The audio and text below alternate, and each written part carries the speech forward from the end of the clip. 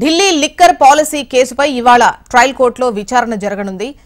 Liquor policy కేసులో arrest అయిన BRS MLC కవిత judicial remand నేటితో ముగుస్తుంది. ఈ కేసులో కవితపై సీబీఐ దాఖలు చేసిన ఛార్జ్ షీట్ ను పరిగణలోకి తీసుకునే అంశంపై రౌస్ ఎవెన్యూ కోర్టులో విచారణ జరగనుంది. మరోవైపు జైల్లో ఇటీవల కవిత అస్వస్థత గురవడంతో ఎయిమ్స్ లో వైద్య పరీక్షలు నిర్వహించి చికిత్స అందించారు డాక్టర్లు.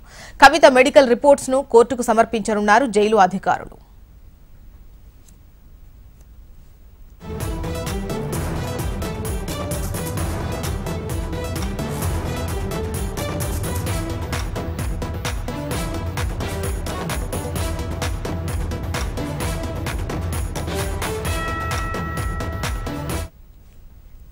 ఢిల్లీ లిక్కర్ పాలసీ కేసుపై ఇవాళ ట్రయల్ కోర్టులో విచారణ జరగనుంది. లిక్కర్ పాలసీ కేసులో అరెస్ట్ అయిన బీఆర్ఎస్ ఎమ్మెల్సీ కవిత జ్యుడిషియల్ రిమాండ్ నేటితో ముగియనుంది.